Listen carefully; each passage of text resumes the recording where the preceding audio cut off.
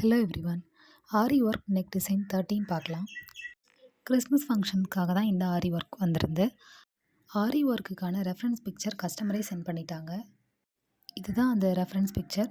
But இந்த பிக்சரில் இருக்கிற மாதிரி லீஃப் மட்டும் ரொம்ப பெருசாக வேண்டாம், சிம்பிளாக குட்டி லீஃபாகவே போட சொல்லியிருந்தாங்க. ஸோ நாங்களும் அவங்க கேட்ட மாதிரியே அவங்க ப்ளவுஸ் ஃபுல்லாகவே போட்டு கொடுத்தோம்.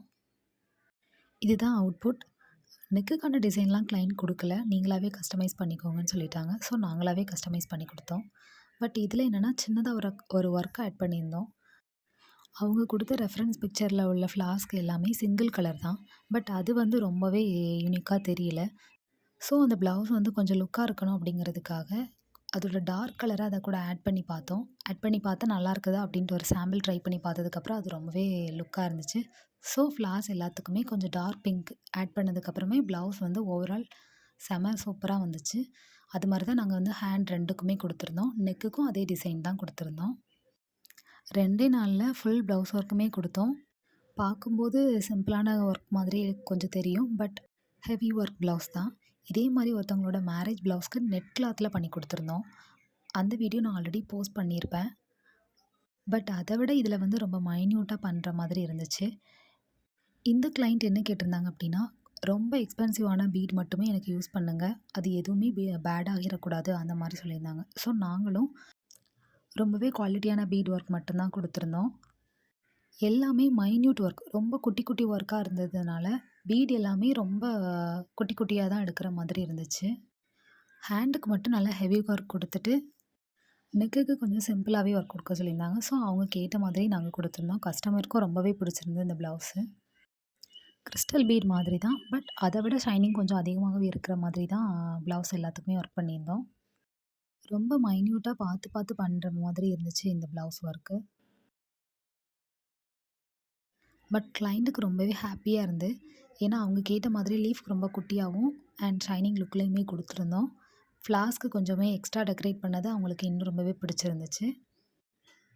அப்புறம் முக்கியமான ஒரு இம்பார்ட்டண்டான ஒரு விஷயம், ஆரி ஒர்க் பண்ண போகிறீங்க அப்படின்னா ஃபஸ்ட்டு நீங்கள் தான் ட்ரா பண்ண போகிறீங்க அப்படின்னா கண்டிப்பாக அதை அழிச்சா உடனே போகிற மாதிரி பென்சிலோ இல்லைனா மார்க்கரோ யூஸ் பண்ணுங்கள். நீங்களாக டைரெக்டாக வரையதாக இருந்தால் ரொம்ப கவனமாகவே யூஸ் பண்ணுங்கள். ஏன்னா கிளைண்ட் வந்து நம்மளை நம்பி ரொம்பவே எக்ஸ்பென்சிவான சாரீஸ் எல்லாமே கொடுக்கும்போது நம்ம தான் அதுக்கு ரெஸ்பான்சிபிளாக இருக்கணும்.